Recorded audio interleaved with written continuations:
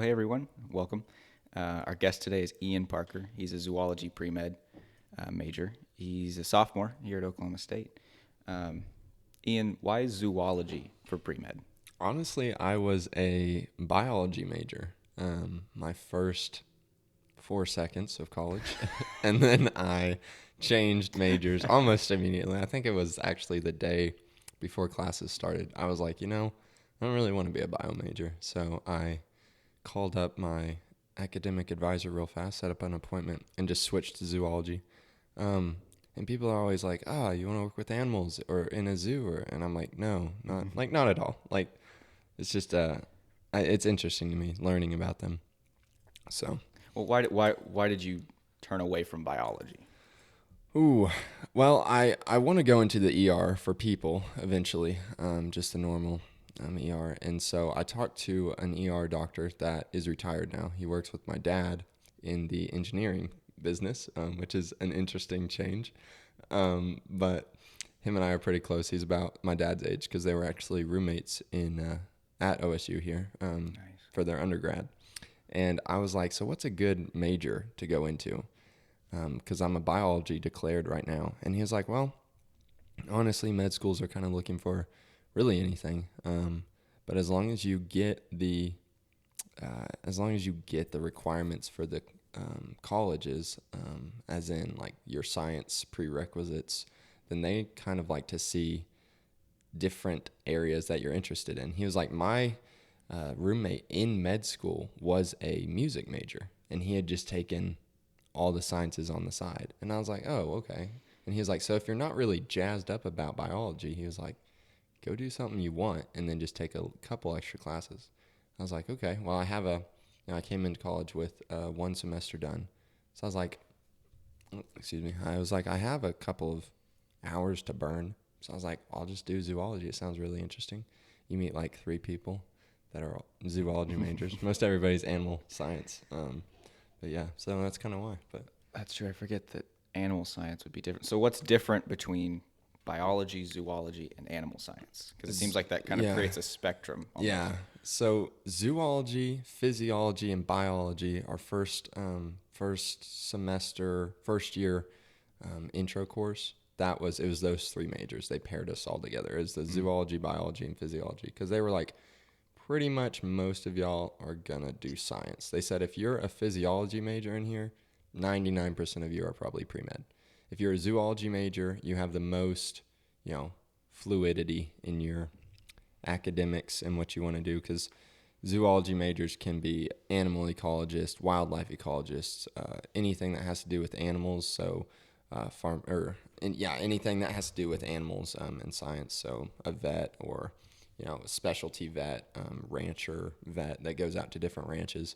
And then also you could do what I'm doing and just be a pre-med zoology. And then biology, generally you're either pre-med or you're going to teach biology somewhere, like education-wise.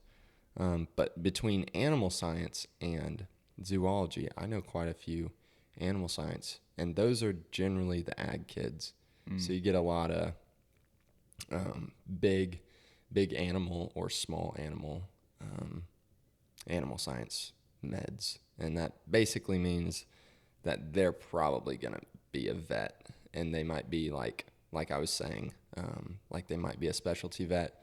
So like a cattle company would call them out and be like, hey, this is affecting our cattle and we're having a problem, and they'd go talk to them and work with them. That's more of the big animal, and then the small animal would be like just your typical vet, work on cats, dogs, stuff like that. So Is an animal science major, are they still in College of Arts and Sciences? no, so they actually get their own bump to a college that I actually like better because Cass is like the peon of colleges. We just kind of get dumped. What college are they in? Animal science is Ferguson. Is it? Yeah. So they get the sweet animal science building, which I actually have a class in this semester. I'm pretty pumped. I liked it. Nice building. And then, yeah, Spears, when you talked about your tour, when you got your socks wet and they gave you like 2 free pairs of socks, I was like, yeah, Cass would have like, you get your socks wet, you like donate your jacket to Cass to help pay for the tour, and so it's I enjoy casts, but I don't think scholarships exist. I will say I think they just act like they do, and they're like apply, and it's like no, like no, I don't know anybody who's ever gotten a cast scholarship. So, but Well, it's a good system. I do like casts. They have a variety of buildings, so that's definitely nice. So. well, help me confirm this theory that I've had. So, everyone that I know that's in CAS complains about the really nice business building that we have here. Yeah, Spheres, yeah. Right. And so the theory that I've come up with is that all of the cast people go in and they donate to their respective fields. So like if you go be a doctor, they're going to reinvest in a hospital or something. Yeah. The business people have no such ties, and they're the type that are going to want their names on classrooms and whatnot, and so they're going to put all their money back into their university. I mean, what do you think of that? That's probably true. I mean, our the Cass alma mater is probably Life Science West, which is one of the most depressing buildings on campus.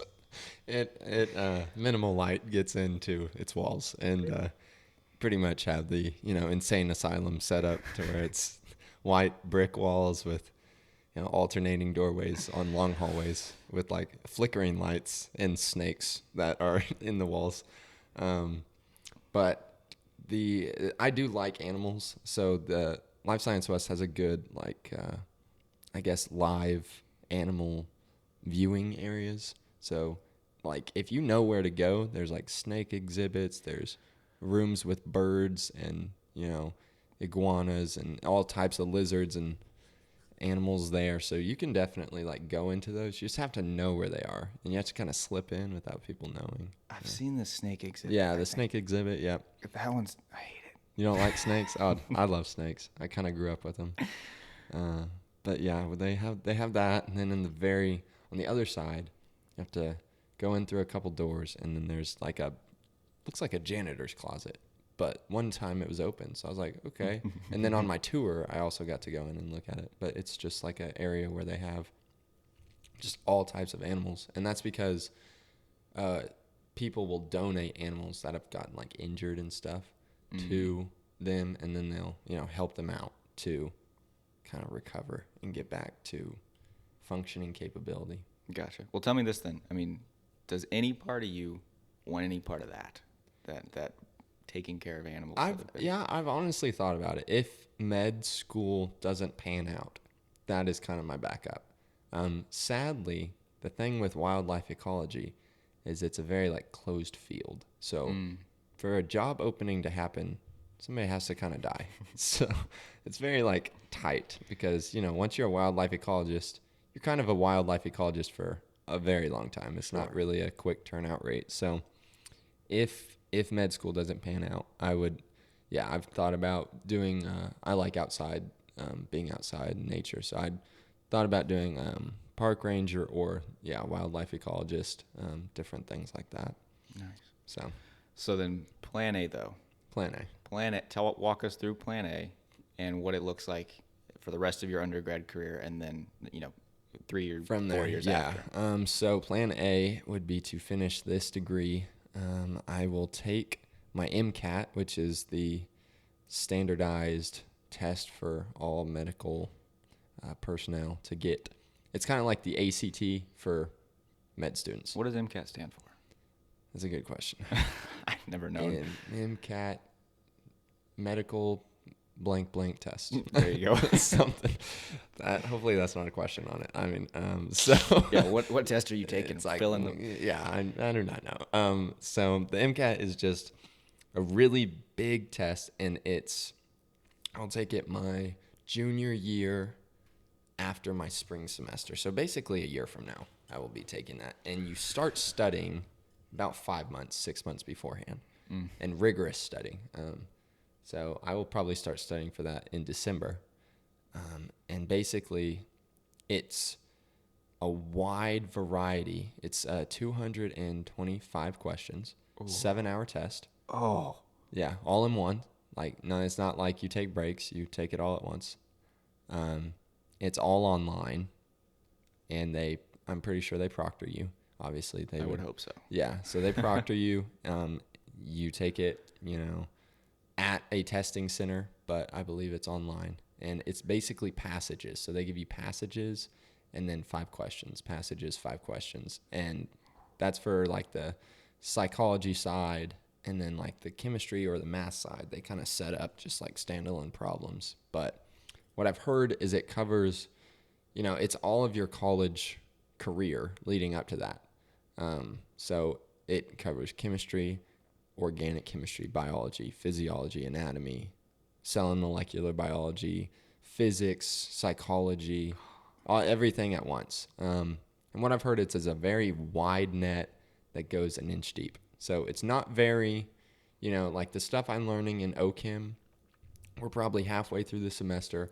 I've probably learned everything I need to for the OChem 1 section of the MCAT. Not to say that what I will learn is useless. It's just for that test, I'm probably good with the OChem 1 section. But it's just, it's all of that. So everything I've learned in the last 3-4 months, that comprises 8, 9, 10 questions. Gosh. And that's probably it. But you have to know everything because it's very in-depth in the sense of vastness. So once I take that, hopefully I get a good score. And a good score is relative because every year there's one person or 2 people that get a 100. They get perfect scores. And so everything else is based off of that. So it's not like you got a 100. It's you got every question right. So you're the standard. So the shift in scores makes it interesting every year. So a quote unquote across the board good score would be about a 510 to a 515. Perfect score is like a 525. A bad score, which is weird because you would think a bad score would be like a 480.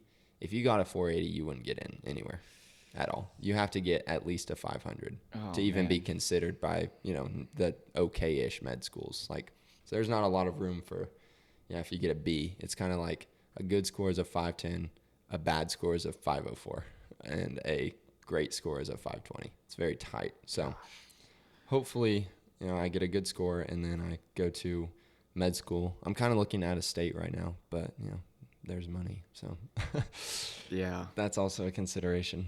And then hopefully after that, that'll be the rest of my undergraduate, which is 2 more years after this semester. And then 4 years of med school, which is 2 years of learning, 2 years of residency, rotations. And then after that, if I want to specialize in anything, which I've thought about, but I'll get to kind of experiment with that during my rotations for 2 years, I'll do that. And that can be upwards of, 2, 4, 6, 8 more years to specialize. Neurosurgeons, in perspective, a young neurosurgeon would be about 32, 35 getting out of college. Like just finished college, 32, 35, which is probably good because I don't want a 28-year-old working on my brain. Yeah, so. No, they set it up for a reason. Yeah, they do a good job. You said you want to be an ER doc. Do you have to do any sort of specialty? So that is emergency medicine. So that would be rotations. You get 6 or 7 rotations, and I think 4 are mandatory. And I forget what the 4. I know one of them is working with women. One of them is working with, so like the women is delivering babies. That's like a mandatory rotation. Every doctor has to know how to deliver a baby. And then one of them is sugars. I don't know. There's 3 more that are mandatory, and then you get to choose like 2 more specialties that you want to try out. So one would be emergency medicine for me, and then another one would be probably anesthesiology. And then if I got a third one, which I'm not sure if you get 2 or 3, I would do probably plastic surgery. Because it's interesting. I used to think plastic surgery was just like fixing people to make them look nice. Right. And like, they go in for cosmetics, but there's emergency room plastic surgeons that, when somebody gets in a car wreck, it wasn't their fault, or it was, whatever, and their face is messed up, they have you come in, and that's not like I don't like my upper lip. Can you lift it up? It's like, yeah, my face is messed up. So right. That would be something that I would look into as well. So, so why ER? Because it's very fast paced, and it's something new every day.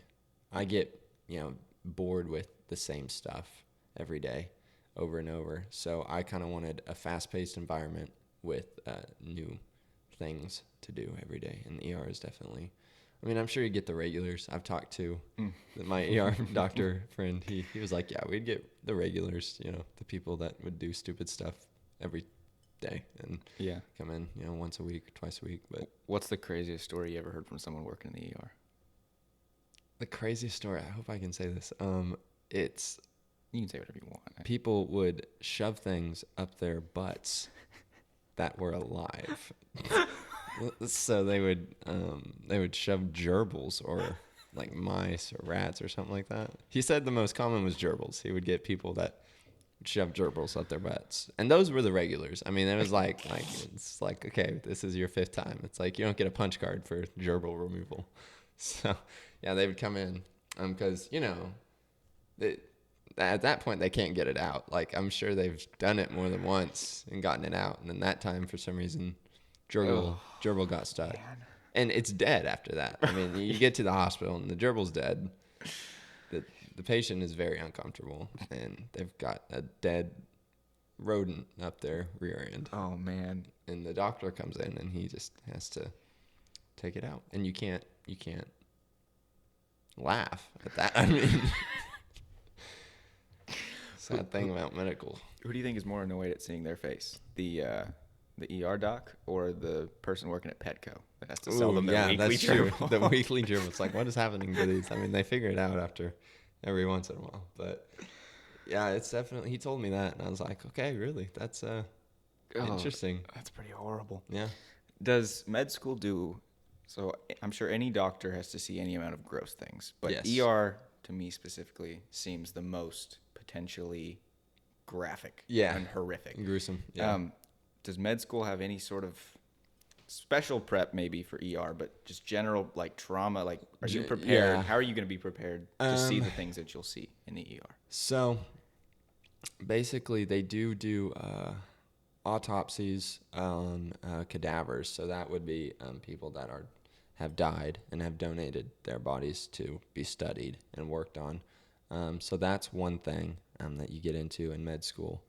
A second thing is just kind of learning. It's called gross anatomy, just for the sense of gross being big, not in the sense of disgusting, but it's called gross anatomy, where you work on real people with real problems. But I've kind of heard from him. I say him. His name's Brad, the doctor. So if I refer to him, I'll just call him Brad. But I've heard from him that it's just kind of touch and go. I mean, you just kind of get used to it as you go. The scary thing, I've talked to Kate about this, but the scary thing about medicine is Brad told me, he was like, as sad as it is, as much as you want to save everybody, like you can't. And that's the hard truth of medicine is you try to save everybody you can, but doctors are humans and they mess up. And so, you're probably in your career gonna cause problems, possibly death to somebody, which is definitely a morbid thought, but it's just kind of the profession that it is. It's just like anybody, an architect, messes up a structure. Right. It happens. You just do everything you can, and that's why you go to school for so long for those types of things. It's just because you're in charge of people's lives. So yeah, it's definitely a humbling thought of like you have to be on your game pretty much all the time. And definitely for me, it's like not relying on myself, like relying, on the Lord to help me with that. But I'll mess up scarily, hopefully as minimal as possible. But yeah, it's just kind of get used to it as you go. I'm sure I will throw up many times. Right. And that's what residency is for. The form of residency is you're not by yourself. You're and at that point you're a third year med student. So you've been through 6 years of college and you're in your 7th. So you're not super young. I will be, 2 years from now I'll be 23. 2 years later I'll be 25. So I'll be about 25, 26 when I start residency. And so, you're not super young, but you're still kind of young. And so you're in a group of about 3 to 4 people, 5 to 6 maybe. of other med students on residency, and you just follow a main doctor around and just ask questions, and he will he that doctor is trained to kind of help you acclimate. So, he might go into a room, come back out, and say, okay, this is what is happening with this patient. This is what you need to prepare for, and then you go in and talk to the patient. And then, eventually, at the end of your first year, you start to do some things, and then beginning of your second year, you actually start to, diagnose patients and help with the doctor's stuff. So you would, the doctor would come in and say, what's wrong with this patient? You would say, well, he's blah, blah, blah. Here's his chart. Here's all the information that you need to know. Here's the important things. And that's kind of into first year, start of second, you start to actually, move up a little bit. But yeah, it's definitely an adjustment, I would say. Right. So do hospitals have like infrastructure in place for like therapy for the nurses and the doctors that have to see the horrific things? Oh, I believe there's an in-house, at least one. I think you're required, I forget by what, but I heard that you're required to have at least one psychiatrist per like so many people. I'm pretty sure. And so that psychiatrist is there for patients and doctors. Yeah. So I believe they offer that if you want to, use that, take advantage of that opportunity. So, yeah, it's definitely an option. Well, I can imagine it would be an option that a lot of people Yeah. use. I just the things that I've seen in movies, Yeah. it's all makeup and prosthetics and fake. It's like I can only imagine what it's like to see that on a daily basis. In and real it's life. real people. I mean that it's called drama for a Yeah. reason. No, definitely. But I am glad that they have processes that can try to acclimate you as gently as possible. Yeah, it's definitely a thing that I'm not worried about. I just know it'll happen. I kind of think of myself as like a tough person with that type of stuff, but you're not ready for the things, even if you've seen it, online. And there's different, Instagram pages of ER doctors that will post, some pretty gruesome stuff, and just be like, here's like, they have the graphic edit where you tap to be like, okay, I'm ready to see it. But yeah, it's a different thing seeing it like in person versus online. Yeah. So Yeah, it's an intense job, but we need people to do it. yeah, well, hopefully I'll do a okay job. That will be yet seen, I guess. I'm sure you'll do great. I'm sure you'll pass the MCAT with flying Yeah. colors, and that whole process will go well. But Yeah. so we can pivot, I guess, a little bit to what you're doing right now. Yes. Completely almost opposite, I guess. So I used to work fast food. Mexico Joe's Oh boy. was the alma mater of my Stillwater jobs. And then I realized I worked there for 4 months, last semester from August, September, October, November. And I quit very beginning of December. Nice.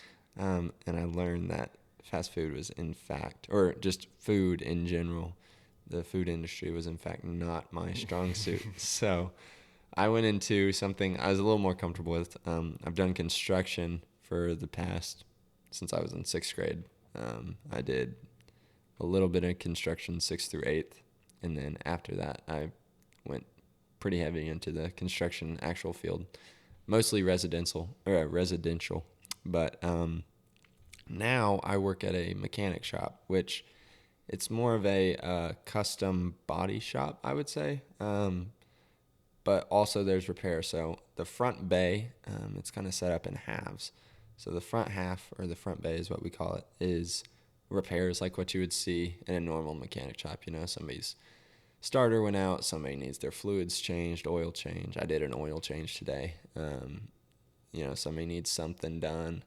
They would bring it in. We'd schedule them in and do the front shop repairs. And there's 4 techs, automotive techs, technicians. I'm one.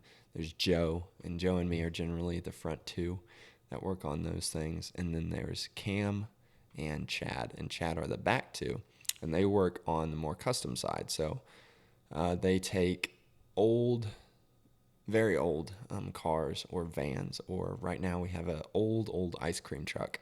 It's just like kind of decrepit, and they basically took the actual frame, which is just what the car body sits on. If you think of the car body as like a tissue box, the frame is what would have the wheels and everything else attached to it.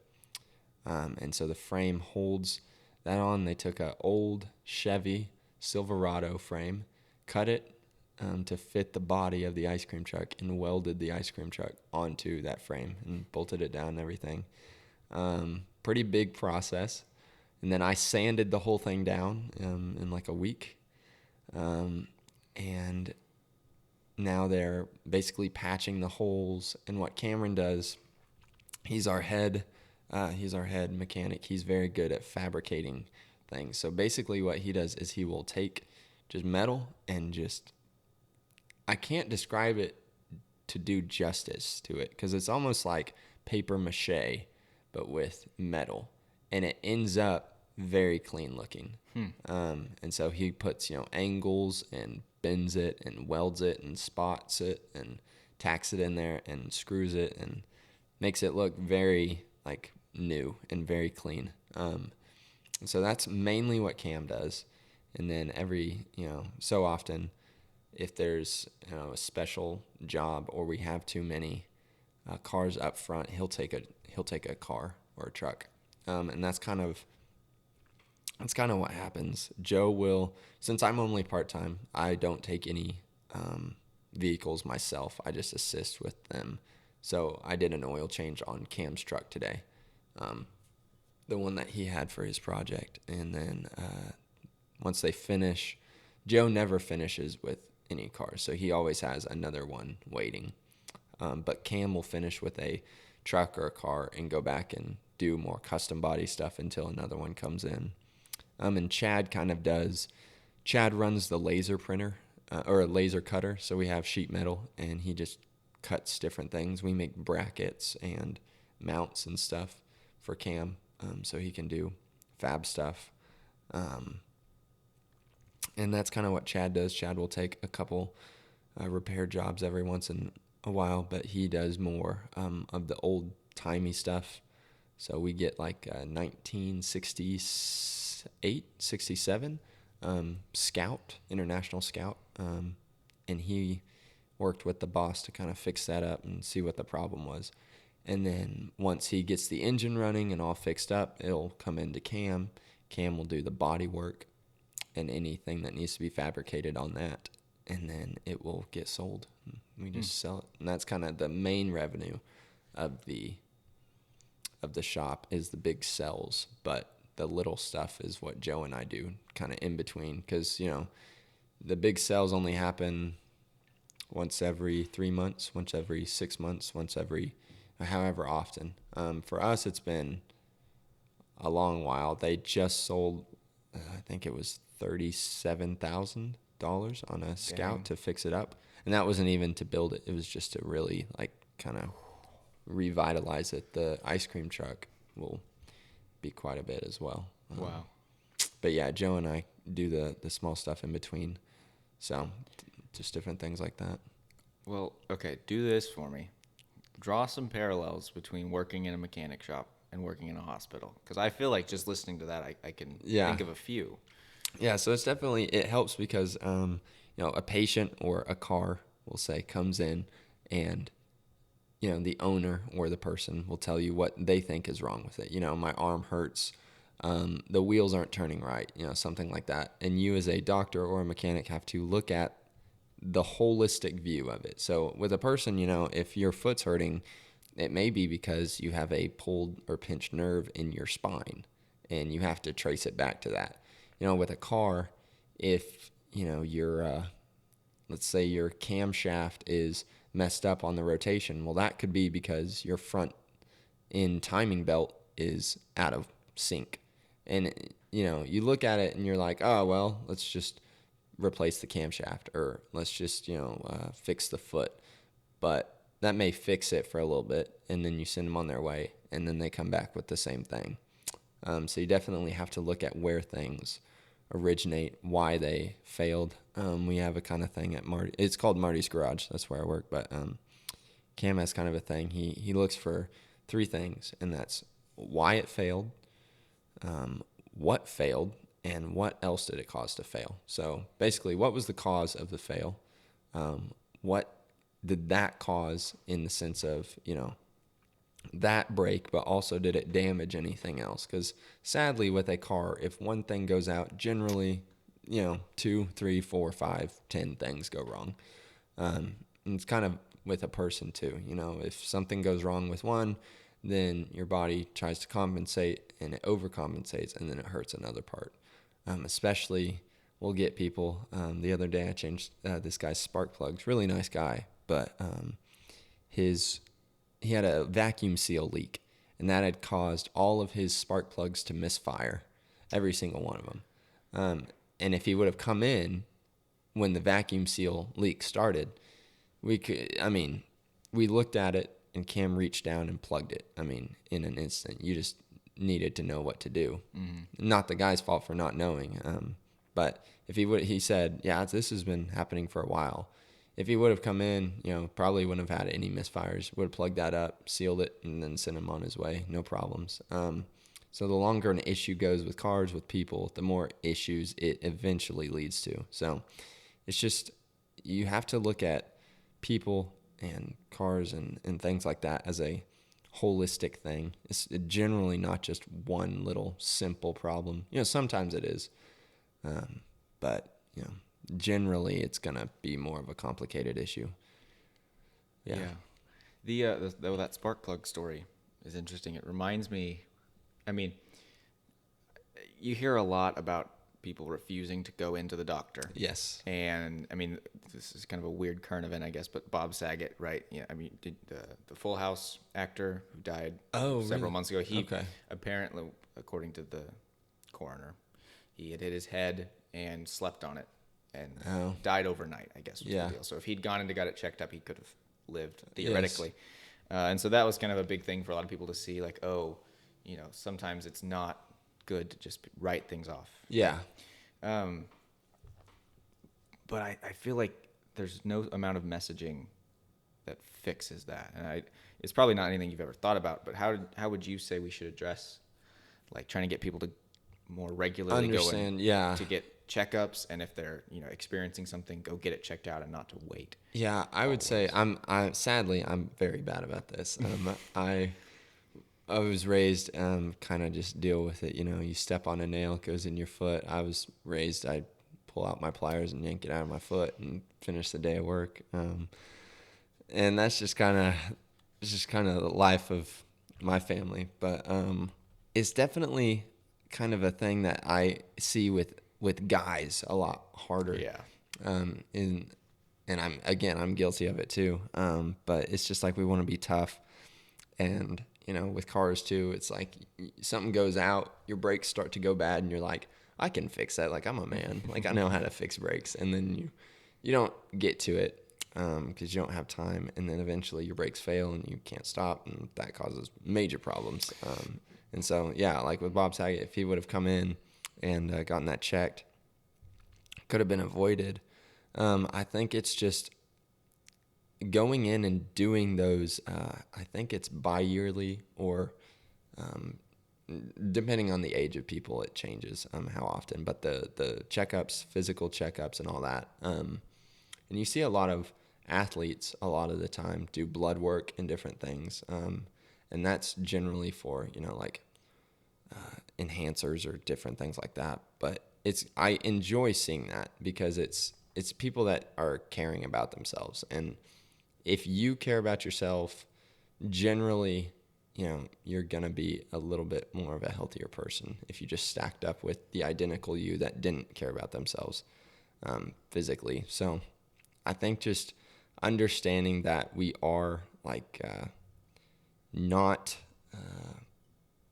what's the word? Continuous people. We break down just like cars. So, you have to take a break every time. You have to every once in a while you have to go in, get checked. And so I think just understanding that, the mindset now, especially with like younger people, you get into your 20s and you're like, I'm invincible, I can do anything. And it's like, yeah, like you can push pretty hard when you're 20, but you're going to pay for it when you're 40. I work with a lot of, in the construction field, which I work during the summer, I work with a lot of older contractors. I mean, that's kind of, I've never been uncomfortable generally. I used to be a little bit working with older people, but I've kind of just learned that they know a lot more than me. And so I'm just going to learn as much as I can from them so I can be the old knowledgeable guy one day. And so I work with, I bring the age of average of the people I work with down by probably 20 years. I mean, generally the gap is 30, 40 years plus for the people I'm working with. And they always tell me, I start to do something and they're like, go get knee pads. And, I'm like, I don't need knee pads. Like my knees are fine. And they're like, yeah, you're fine now. But when you get my age, 20 plus years of being on your knees, like working on concrete or tiling floor or, putting in whatever, it's like that, you'll pay for it. And so just understanding that and being like, swallowing your pride and kind of being like, yeah, like it's more work to go get the stuff when I could just bend down and do it real quick. But if I take care of myself, then things will definitely go better in the long run. So Yeah, and so definitely with young people, it's easy just to kind of run ourselves into the ground more. Yeah. Because we're more able to at this point. Mm-hmm.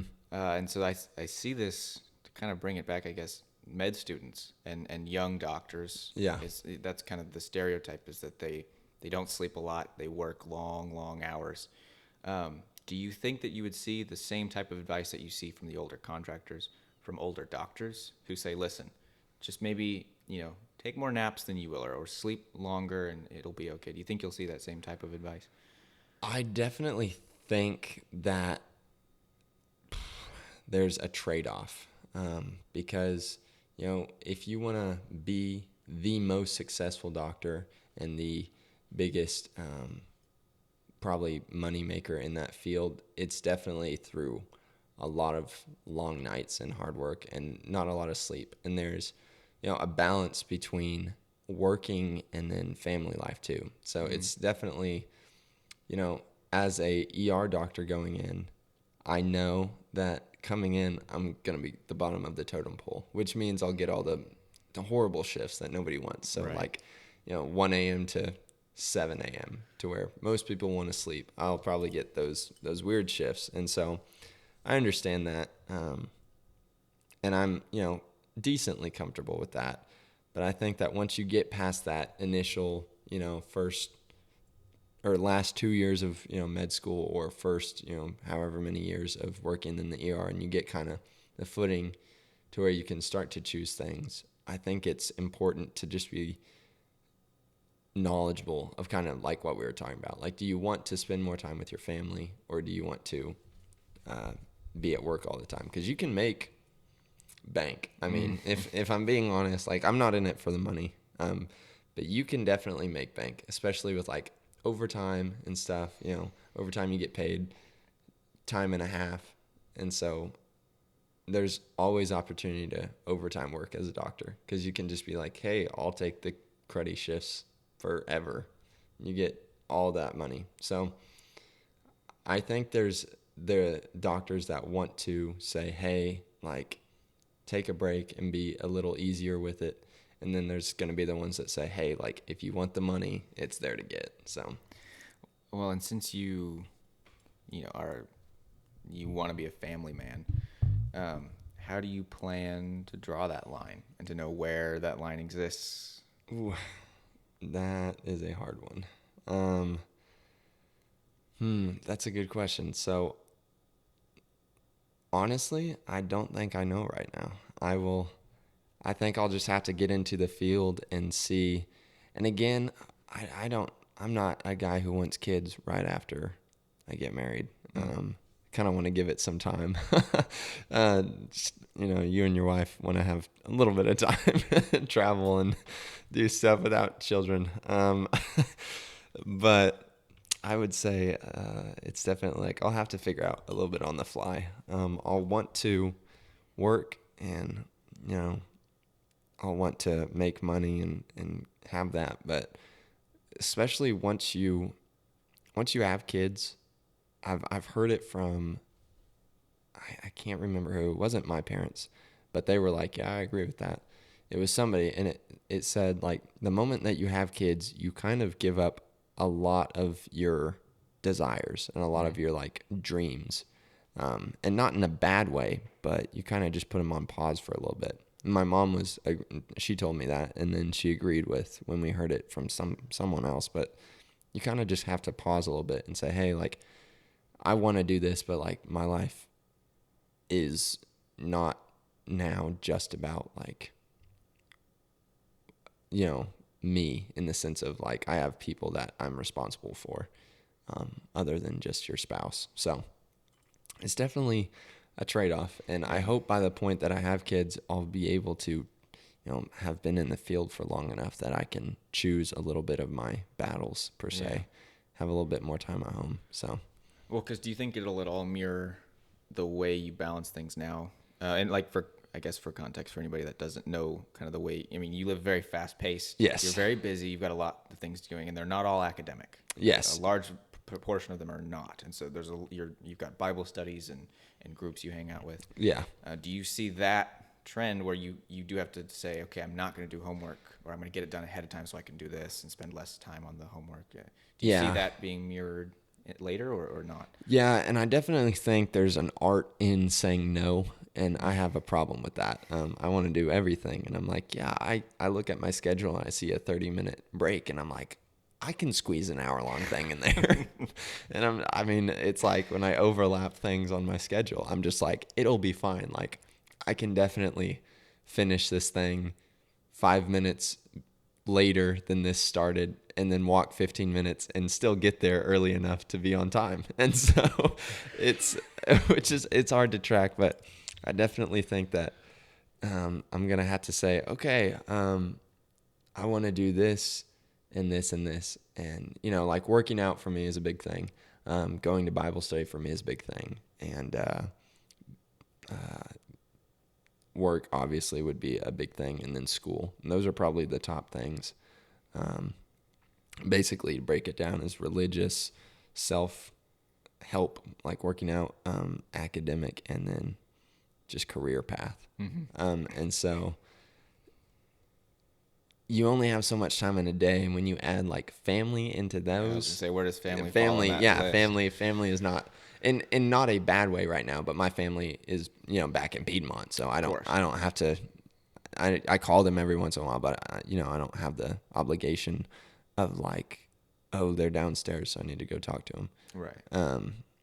And so it's definitely when you're married, living with somebody, or like and you're living with somebody and you have like kids or something, it's definitely like, okay, now I have more obligations, so it's like maybe I don't always stay later at work. Maybe I get into the gym and I work really hard and quick paced and not just kind of mosey around every once in a while, so I can have this. And maybe when I don't take 20-minute odd breaks throughout the day.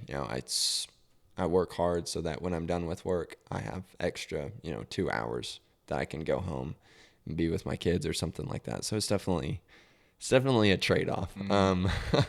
And you get the people. Brad, going back to Brad retired when he was 50. Oh wow. 50, I think. I mean, my dad and him, again, like I said, were roommates in college. I almost said high school. They were roommates in college, undergrad, and my dad hired him like to be his assistant basically like 3 or 4 years ago, and Brad had been retired for 5 years, I think. So Brad's 52 minus 9. He retired when he was 43, 45, and he retired a millionaire plus.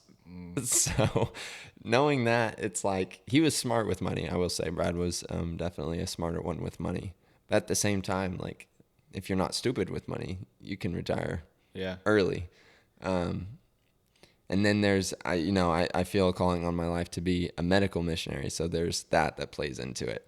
And then on top of that, I don't know if that's full-time or part-time, but I eventually, when I can't physically do that stuff anymore. I want to run cattle.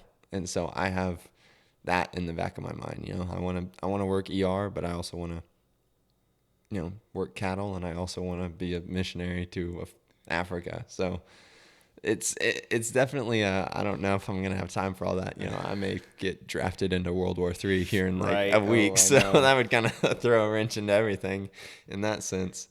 Um, but yeah, it's just priorities are interesting. Yeah. In different areas of life, different times of life. For us as college students, it's really nice because our schedule changes every 6 months. Yeah. True. Like 180 turns. True.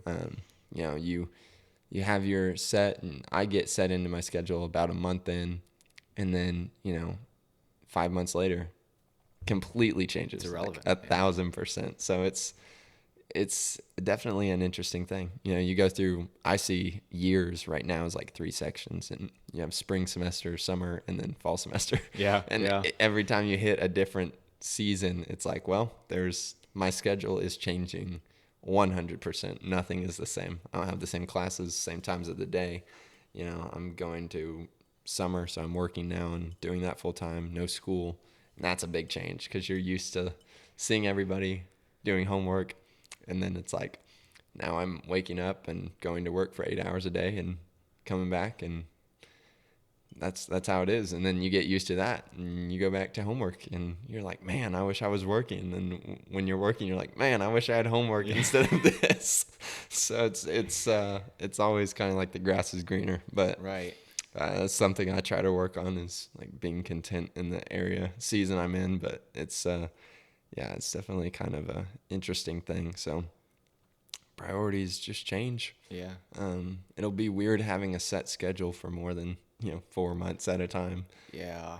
That's a big change, I feel like, for adulthood. Yeah, And going in. Yeah, you have a bit of a different path so that you can still, for longer than I certainly will, because I'll graduate, undergrad, and be done with school. Yeah. And then I'm in the workforce. But because you'll have things like, residency, and then the first couple, like med school, you can still think of it in these blocks for a little bit longer. for a little bit longer. But even then, after that, it's like everything is just together. It's all the same. It's all the same. And you could maybe start lumping things in when you have kids, and it's like their semesters are important, Yeah. but it's a total shift. Yeah, And it's crazy to be like, well, I guess I'm gonna be doing this job for the next 10 years, and I'll have this schedule for the next 10 years. And it's like things change every once in a while. You may add a group, you may drop a group, you may change your workout time from evening to morning.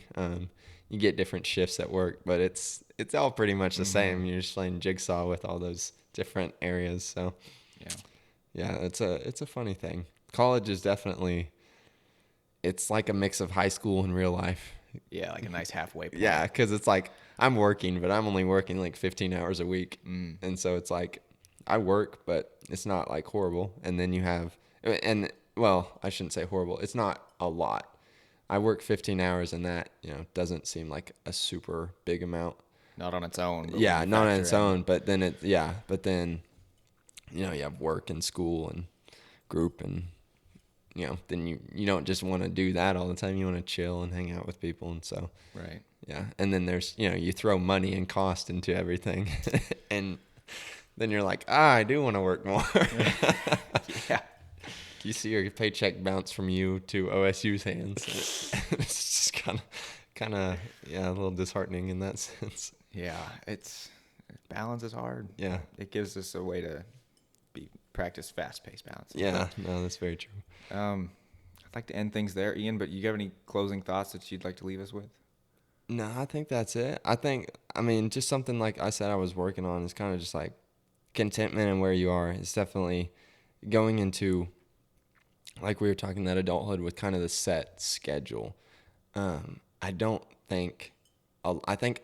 actually do think a lot of people live for like the next big thing. It's like, I can't wait for next summer. I was on the elevator with a dude, and I was like, hey man, like, what's up? And I didn't know him, but I was like, what's up? And he was like, well, like, I'm excited for like spring break. And I'm like, thinking in the back of my mind, I'm like, what about like the next week and a half? Yeah. Like, you don't just want to be like, I hate my life until spring break, and then once that's over, I can't wait until, a day off or summer. And so I just think just like being content where you are is definitely a big thing that everybody should learn to do a little bit better. But yeah, that's probably about it. Awesome. Well, Ian, thank you so much for Yeah, your you're time welcome. and your thoughts. There you go. You were welcome.